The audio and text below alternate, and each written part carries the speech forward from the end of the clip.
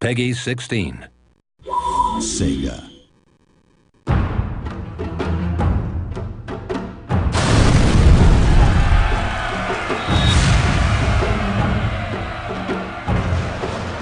The Fall of the Samurai features the most advanced weaponry ever seen in a Total War game.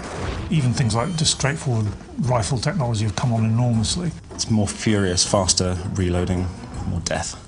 Over 50 new land and sea units change the rules of engagement, giving battles an entirely different feel.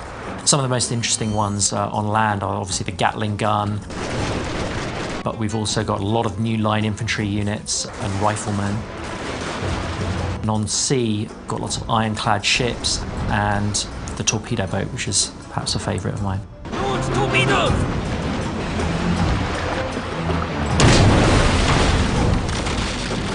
My favourite new ship is definitely the gunboat. You can buy loads of them, get them all together and basically clog their gun ports up with matchwood.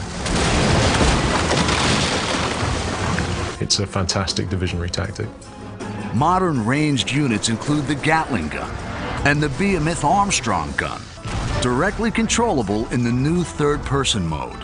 You can hit a hotkey and drop down to third-person mode on cannons and Gatling guns, which enables you to have direct control over the weapon. You actually follow the cannonball along the battlefield until it actually hits its target.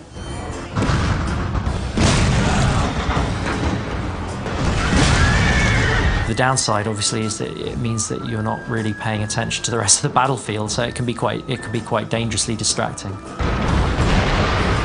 Mighty steam-powered ironclad warships armed with torpedoes make naval battles much more destructive.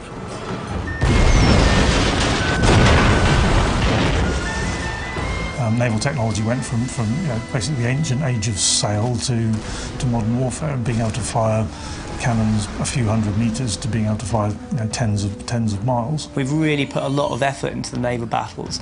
They're the best naval battles we've ever done, I think.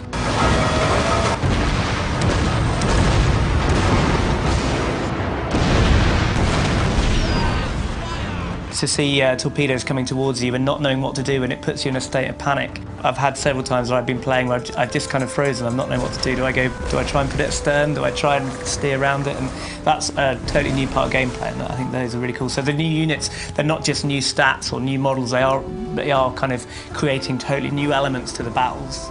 The increased power of naval weaponry allows fleets to play a greater strategic role. Turn the tide of conflict by directing devastating naval bombardments against enemy fleets and settlements. A nearby navy can reinforce that land battle, and actually you can call in an artillery strike from the navy. So you can select your general and you can pick a location on the map, and you'll basically just see a huge artillery bombardment raining down fire onto the enemy. And you have to time those right because they're not immediate, so you have to kind of try and predict where you should be calling it. They're really good fun. Attempt a naval assault on an occupied enemy port to fight the new port siege battle type. The attackers will sail in to a coastal region. The defenders will actually have artillery mounted on the coast that they can use to bombard the attacking ships, as well as having their own fleet to back up. So there's a whole new battle type. Upgrade your castles with deadly matchlock or Gatling gun towers to give a new dimension to sieges on land.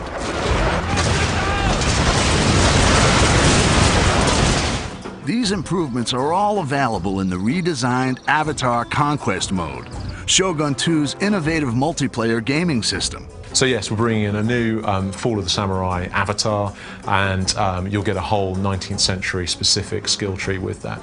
Access to a bunch of new retainers and a bunch of new armor sets as well, so you'll really be able to kind of customize your online persona in line with the sort of 19th century look and feel that the rest of the game will have.